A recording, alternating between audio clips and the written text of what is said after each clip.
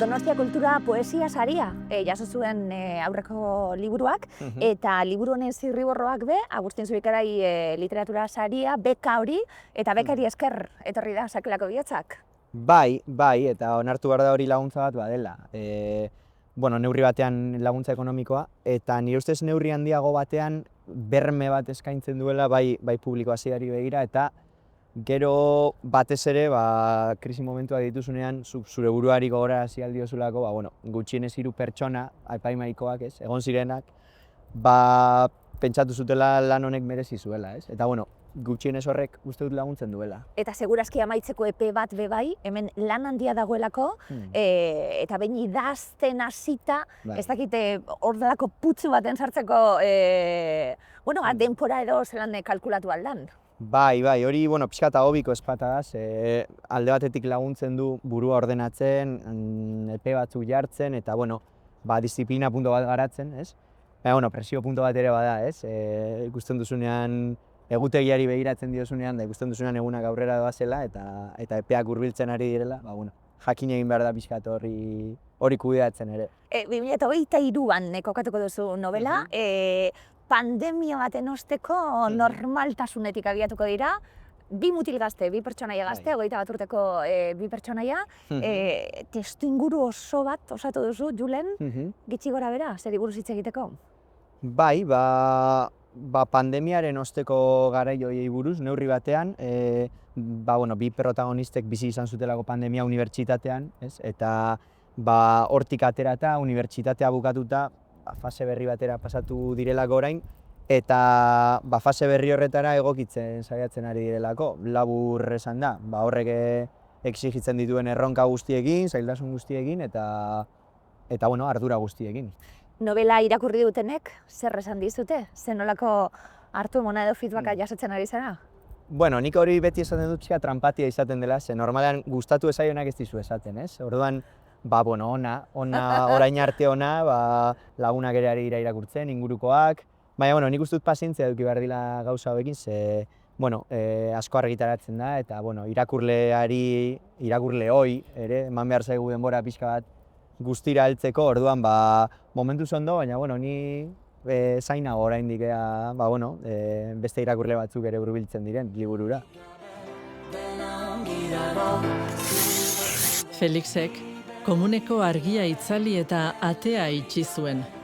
Une hartan, isilune labur bat egin zen, eta Noak Felixen aurpegiari erreparatu zion berriz. Haren aldetik erantzun bat espero balu bezala. Sakelako Bihotzak, Julen, beste titulu bat zuen liburuaren proiektuak hasieran? Bai, hasiera batean proiektu aurkeztu denean abizen berri bat, zen izenburua, baina gerora, urtebeteko lanaren ostean, eta ikusita, nolako bidea hartu zuen novelak, ikusi genuen igual abizenaren zera hori, ez zela hain garrantzitsua. Hasiera batean zegoen lotuta pixkat pertsonaien identitateen zera batekin, eta hori bai mantendu dela, baina ez hainbeste abizenaren zera hori, ez dut uste presentzia handirik duenik, eta azkenan jarri genion, amaieran eduki duen Sakelako Bihotzak hau. Zer adierazteko? Lehenengo eta behin lotura dauka liburuaren hasieran dagoen aipuarekin, Franco Jararen aipu batekin, berak poema baten esaten zuelako, Sakelako Bihotza bati egiten zion referentzia pixkat, laneko atsedenaldietan egiten zuena, deskribatzen zuenean, Sakelako Bihotz bat hartu eta berriro lanera, halako zerbait. Eta niri hori gustatu zitzaidan, eta uste nuen nahiko aplikagarria zela, gaur egungo garaira, uste dudalako bizi garela oso garai azkarretan, oso aldakorretan, eta Sakelako Bihotz bat niretzat izango litzateke pixkat, aldakortasun horren aurrean zu etengabe mantendu behar duzun hori, edo gainean eraman behar duzun hori. Hori zer den ja ez dakit, bakoitzak berea edukiko du, eta ez naiz ni izango hori definituko duena, baina pixkat aurrera ateratzen laguntzen dizun indar hori edo izango litzateke. Bakoitzak bera izango du, eta gainera bakoitzak bera izango du, eta momentu ezberdinetan, ezberdina. izango da. Bai. Danok gauzelakon aldaketa, uneoro aldaketa baten, izango da bai, bide gurutze edo aldaketa momentu baten kronika txiki bat, liburua, ikusten dugu, bi mutil gazte, protagonista, Jokin eta Feliz, eta bakoitza kapitulo baten jarraituko dugu, baina oso lotuta daude, lagunak direlako eta uneoro agertuko dira.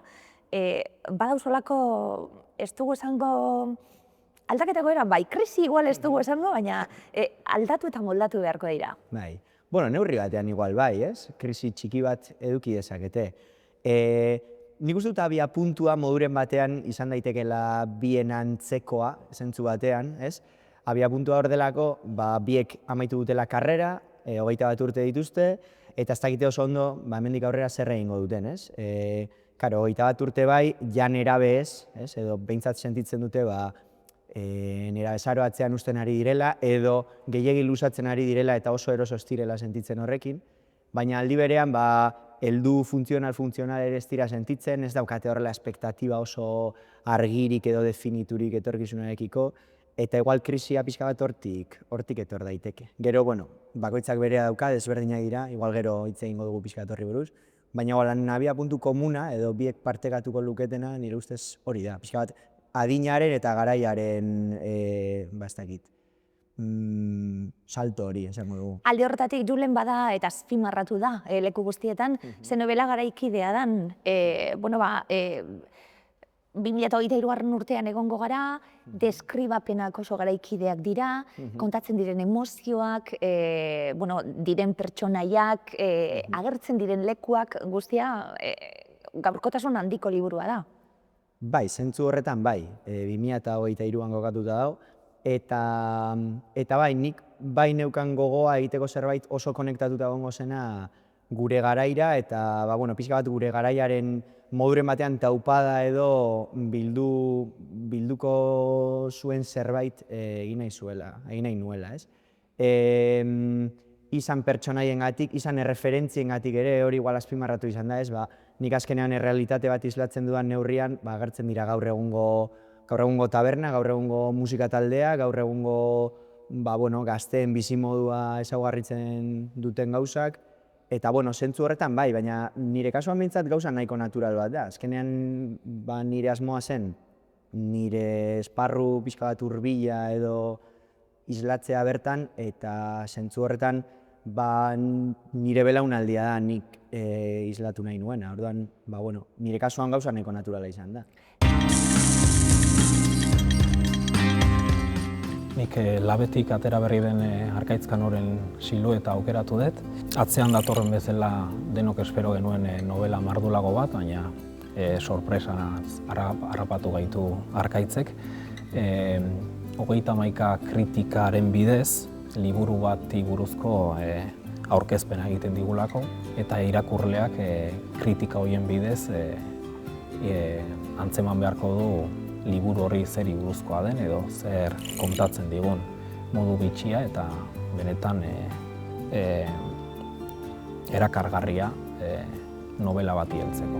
Irakurlearentzat gauza barri bat izan daitekelako, eta egitura aldetik eta esan nahi dizut, nola hitz egiten duten, narratzaile bat egongo da istorioan zehar eramango gaituena, baina gero euren artien dauden elkarrizketa horiek, elkarrizketa formatuan ez datozenak, baina euren hizkerarekin eta doaz, badago ahalegin bat Julen idazketari dagokionez, harin joateko, irakurterreza izateko, gaur egungoa izateko, badago lan bat egin duzuna eta badago lan bat irakurleak igartzen duena.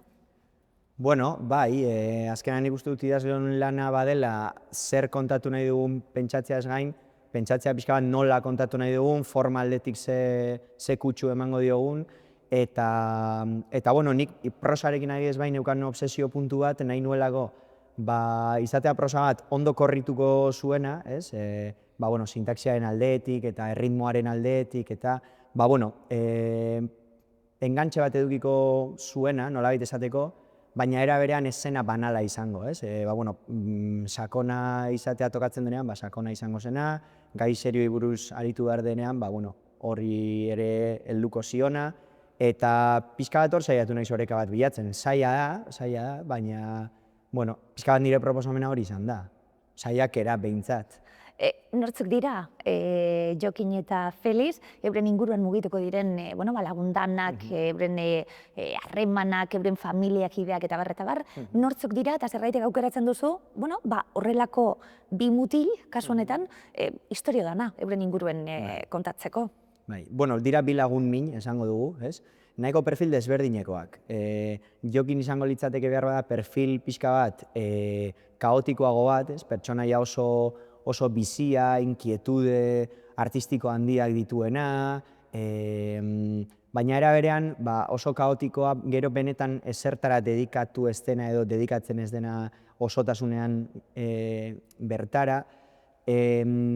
Pandemia garaian ere balako depresio fase bat eduki zuena eta orain horri pixka bat buelta ematen ari dena.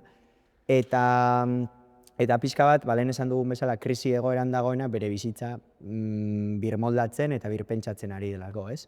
Eta horren aldean, beste pertsonaia Feliz da, pertsonaia nolabait esateko pixka bat neutroagoa esango dugu, pertsonaia bat inoiz ez duena ezertan destakatu, beti joan dena bere bizitzako etapak betetzen, izan hezkuntzaren munduan, izan bere harremanetan, bizitzan orokorrean, ez? Zarata handiegirik egin gabe, baina aldi berean, orain master berri bat egiten dagoena, jende berria ezagutzen, bere bikotekidea ere Erasmus bekarekin kanpoan dago, eta bera ere dagoena pixkat krisi egoera batean, pixkat zalantzan jartzen ari delako bere izaera hain erreprimitu, hain lasai eta hain arrazional hori, ez? Orduan, bakoitza bere aldetik, bere esparrutik eta bere bizipenetatik, baina hor dago pixkat biek eduki dezaketen krisi momentutxo hori. Ezberdintasun bat, besteak beste Feliz taberna baten begon beharko da, dirua beharko du, ikasketekin jarraitzeko eta bere bizitza egiteko, klase soziala palekoa dalako, eta horrek dakarren pisua, bere ganbe bai, bere izateko eran, eta Jokin kontrakue, etxe baten, bizi da familiako etxe baten, gero beste etxe bateri izango du, Aiton Amonena Elantxoben Bilbotik Elantxobera ibiliko da, nahi dut esan errezagoa izango da Jokinentzat bai guztiari begira egotea eta pentsatzen egotea Felizek baino. Alde horretatik, bien arteko ezberdintasuna badalako hori, eta oso garrantzitsua iruditzen zait. Hemen lan edo dirua behar bada, kontemplaziorako tarte gitxiago geratzen dalako. Bai, zalantzari gabe, eta hori faktore erabakigarri bat da, nik uste dut novelan zehar.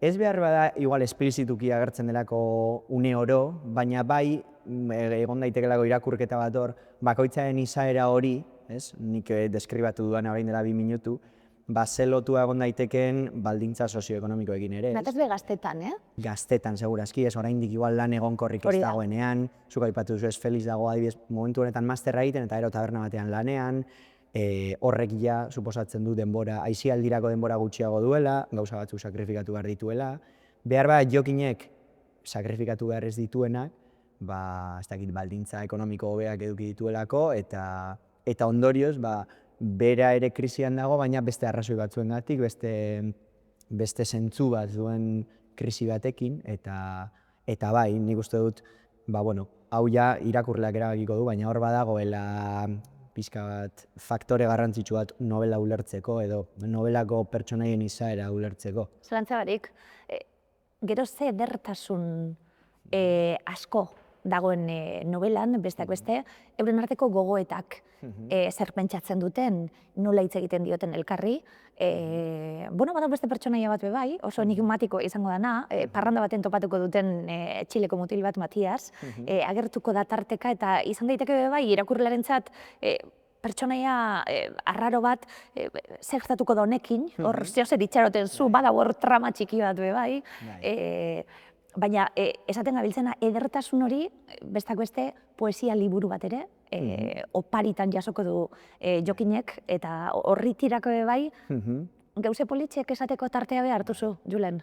Bai, nik uste dut hori funtsezkoa dela, ez? Orain arte igual zentratu gara asko krisi hitzean eta drama hitza ez da agertu oraindik, baina badu hortik ere neurri batean, baina nik uste dut liburuan badagoela ere halako bizimin moduko bat, indar bat, gaztetasunari oso lotua egoten dena normalean, ez derrigorrez, baina kasu honetan badagoena, ez? Eta edertasuna bera ere bai, ez? Behar bada Matiasen pertsonaiak ere lagundu dezake norabide horretan ere, ez? Matias da pertsonaia bat Jokinek ezagutuko duena, eta jokinen bizitza pixka bat hankasgora jarriko duena, ez? Bihurtuko delako, halako pixkat gidari moduko bat, eta bere bizitzan, eragina edukiko duen pertsona bat. Dudarik gabe, Moby Dicken hasiera, ezta? Herman Melvillek idatzitakoa, deitu nazazue Ismael, esaten du. Hiru hitzetan, hasiera hobegorik ez zait iruditzen dagoenik. Badaude, beste batzuk ekarri ditu buruan, baina hori iruditzen zait hola esanguratsuena. Gehien atsegin dudana. Camila Cañekeren La última frase oso liburu berritzailea iruditzaidan. Artista honek bildu zituen ezagitzen liburutako azken esaldiak eta azken esaldi horietatik abiatuta montaje oso berezi batekin eta tartekaturik bere gogoeta propio personalekin liburua ondu zuen da harrigarria iruditzaidan. Zalantzarik gabe liburu mugarria izan zen Madame Bovary. Hori ere oso gaztetan irakurri nuen eta pentsatu nuen, kontxo, nik hau egin nahi dut. Nik ere eukin nahi dut abilezia hori pertsona baten bizitza, egoera bat deskribatzeko eta gainera gizonezko batek, Gustave Flaubertek, nola lortu zuen bera etzen norbait asmatzea eta sinesgarri egitea. Eta Madame Bovary izan da urtetan nire mesanotzeko liburua. Ezkondu aurrez, maitemindurik zegoela uste izan zuen, baina maitasun horretatik eratorri behar izango zukeen zoriona etorri etzenez, nonbait erraturik egon behar zuen inolaz ere, pentsatu zuen bere artean. Momentu horietan, eta esan dugu, moldatu beharra fase ezberdinetara, kasu honetan, gazte izatetik, heldu izateko proiektu horretan moldatzeko gogoz daude, bi pertsonai hauek, baina gure bizitzetan zehar gertatzen die beste momento batzuk bai, beldutasun horretatik behia nagusiago egiten zara, eta pentsatu behar duzu, izan zarana orain arte agurtu behar duzula, beste pertsona bat izateko. Apurtxo bat badagoelako, argitasun hori bai, ezta? Bai. Egun sentiren bat ikusiko du momenturen baten pertsonaiaren batek, goiza gainera etorriko zaio, eta egia da, eguzkizek beti urteten dagoela, egunero.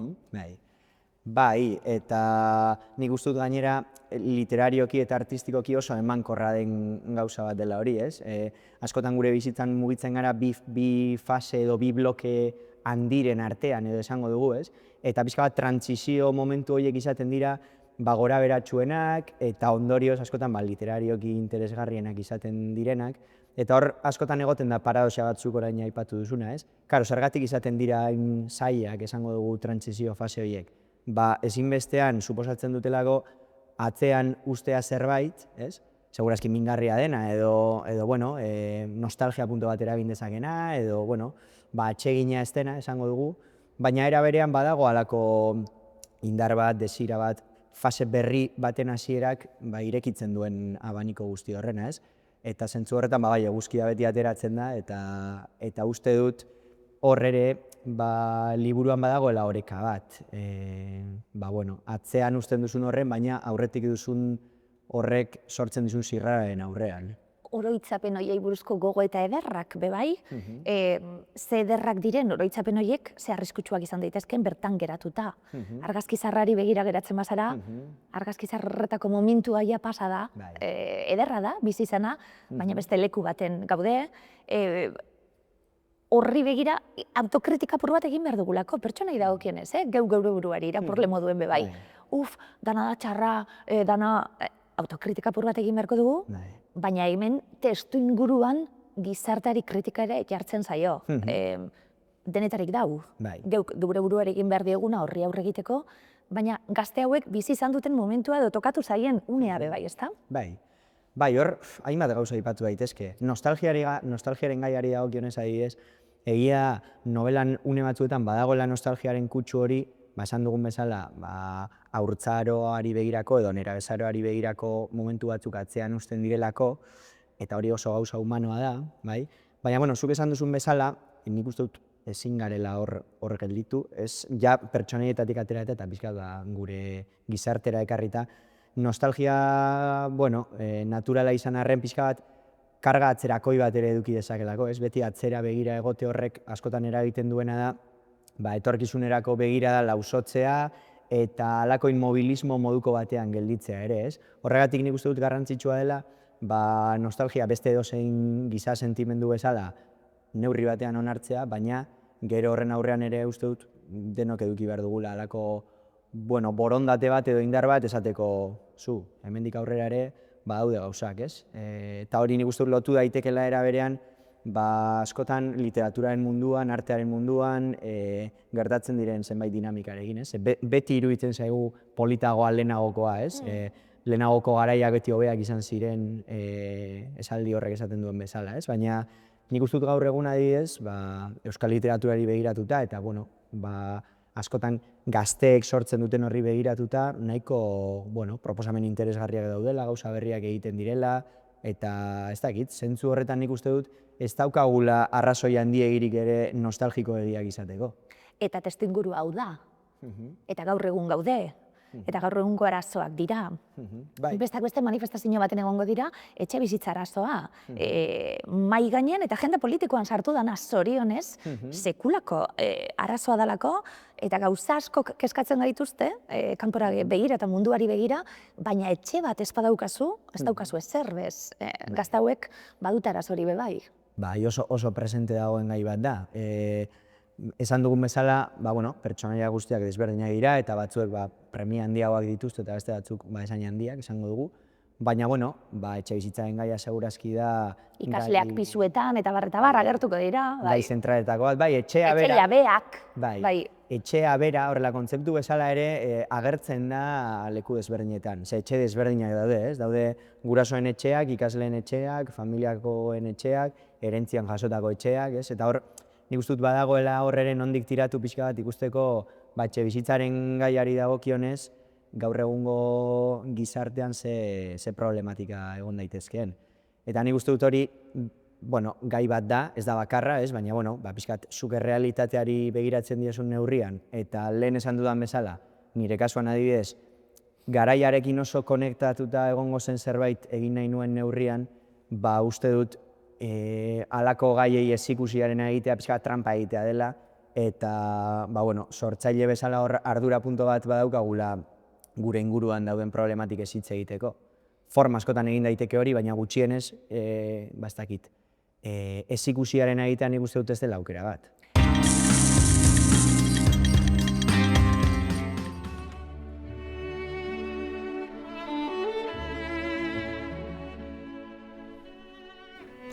Musikeneko mediatekan gaude, musikene da Euskal Herriko goi mailako ikastegi musikala, eta mediateka liburutegi musikala espezializatua da. Musikenek leheneko momentutik hartu zuen erabaki hori, liburutegi musikal espezializatu bat prestatu eta hornitzeko ardura hori. Liburutegi musikala garela esan dut, baina aldi berian artxibo lanak egiten ditugu, musiken egiten dien ekintza musikal eta instrumental guztietarako partiturak lortzeko, prestatzeko eta kudeatzeko ardura gure gain hartzen gauelako. Mediatekak gaur egun 50.000 dokumentu inguru dauzko, horien artean 8.000 liburu, 22.000 partitura, 12.000 CD, 1.200 DVD, neko bilduma zabalak. Eta bilduma horrein artean badauzko monografiak, liburuak, alde batetik bai musikologian inguruan, musikologia orokorrean, eta baita pedagogiai buruzko liburuak eta dauzko pedagogia, eta baita etnografiai buruzkoak. Adibidez, hemen dauku Resurrección María de Azkuen Cancionero Popular Vasco, eta bereziki euskal musikari buruzko liburuak.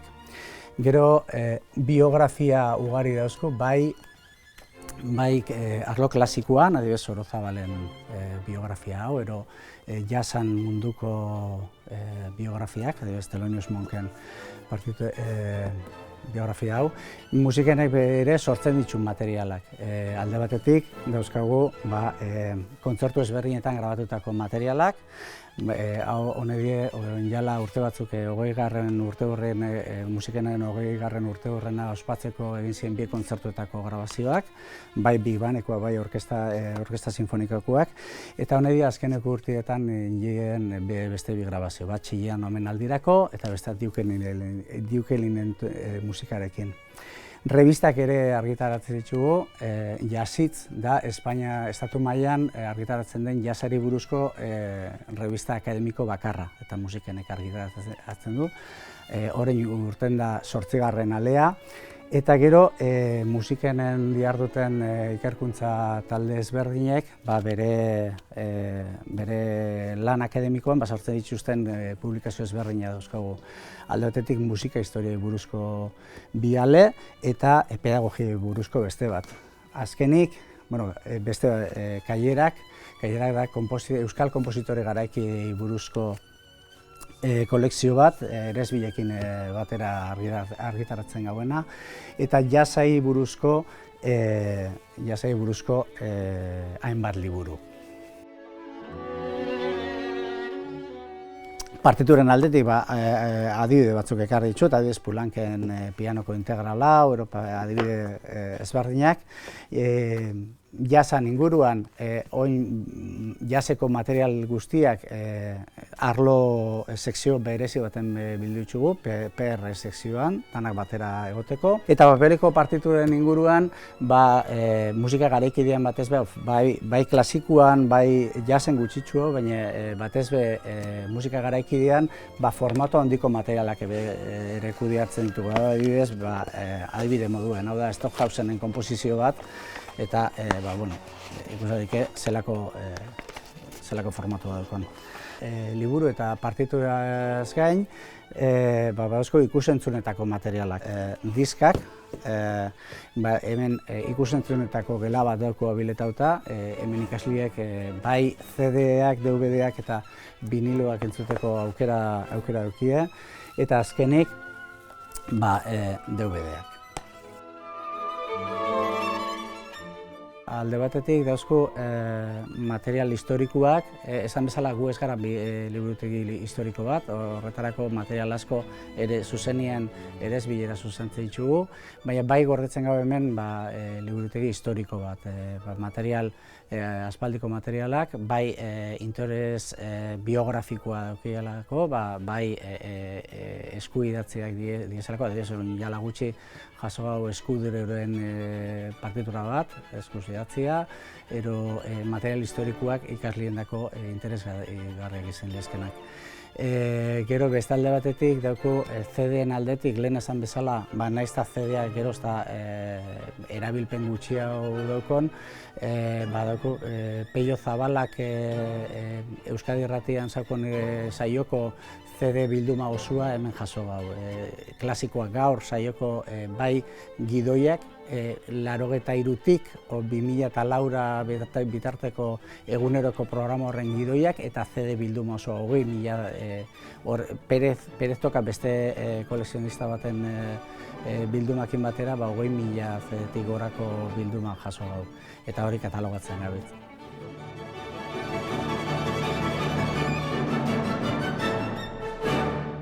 Zein izango da gai nagusia orduan, Jimmy Jazzen Gasteizen hasiko dira parranda baten, Jimmy Jazzen Gasteizen beste parranda batekin amaituko zaigu liburua, amaitu ez, baina hortxe borobiltzen joango da ikasturtea pasatuta gero, esan duguna, karrera amaituko dute eta bestelako gauza batzuk egin beharko dituzte bai ala bai. Segurazki hori izango da, bidai hori izango da gai nagusia, egin behar duten moldaketa hori, trantsizio emozional hori, eta batez ere, egoera barrira moldatzeko lan hori. Zein izango da, liburuaren gai nagusia zuretzat, Julen? Nik uste dut oso ondo laburbildu duzula zuk. Azkenean, liburuaren gaia edo formatua bera ez da oso gauza berria ere, da, zineman coming of age deitu zaiona, literaturan iniziazio, novela ere deitu izan zaiona, eta azken finean hori da, ez? Gaztarotik heldura bidean pertsonaia jasaten duten garapen pertsonal, psikologiko, identitarioa eta ikustea pixka bat nola bizi duten prozesu hori. Zuk bidaia hitza aipatu duzu, Eta, bueno, kasu honetan bidaia ez da oso luzea, egia kontatzen dena nahiko espazio temporal mugatu batean gertatzen dela, baina azkenean hori izango litzateke. Garai konkretu batean, bi pertsonaiak besteak beste bizi duten bidaia pertsonal hori. Inflexio puntu hori oso txikia izaten dena, tarte oso laburra izaten dena gure bizitzetan, baina guztia aldatzen dena. Bai, hala da. Aldaketak datoz egun batetik bestera be bai. Bai, eta nik uste dut horri aurre egitea izaten dela zaiena, eta horri aurre egitetik sortzen direla ere krisiak, zailtasunak, beldurrak, inseguritateak, eta segurazki horretan datzala neurri batean behintzat helduarorako jauzi horrek, ez? Ardura batzuk hartzean, beldur batzui aurre egin behar izate horretan, tresna pertsonal berriak garatzean datorrenari aurre egiteko, eta, imaginatzen dut hor dagoela pixka bat gakoa.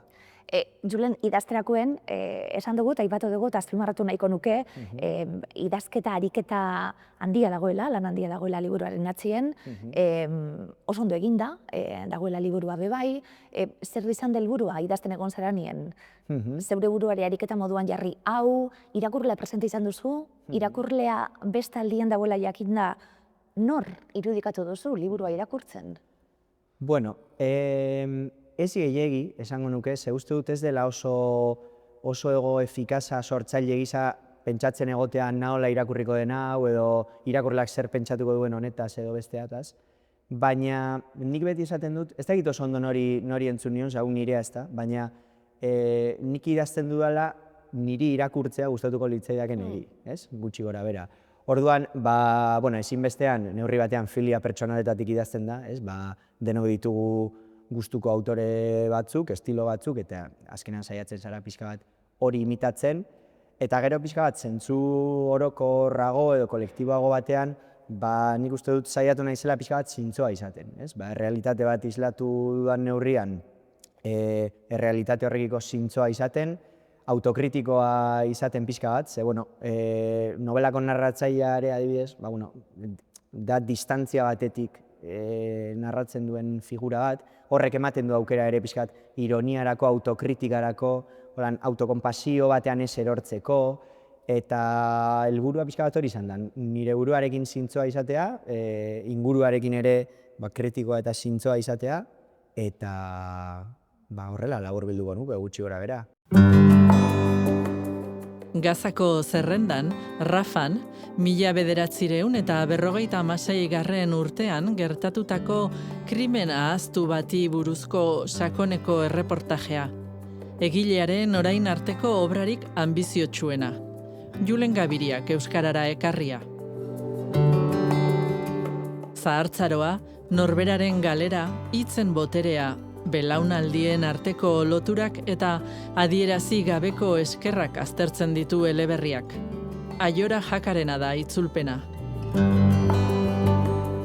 Galdera unibertsalak eta egungo kezkak elkarrezketan jarri ditu egileak. Literatura eta bizitza uztartzen dituen saiakera poetiko honetan. Maiz esan izan da literaturak eskaintzen duela ebasiorako aukera edo errealitatetik ihes egiteko aukera, eta funtzio hori gutxietsi gabe nik aldarrikatu nahiko nuke literaturak balio dezakela era berean bizitzarekin halako konexio zuzenago bat eskuratzeko ere.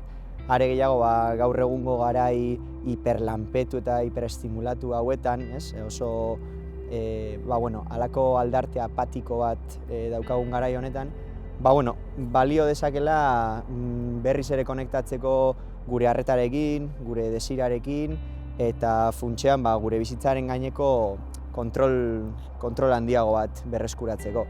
Eta horrela esan da, behar bada handikeria iruditu dezake, pretentziosoa edo ameskeria, baina uste dut literaturak mereziko badu eta balioko badigu hori dela eskatu aldiogun gutxienekoa.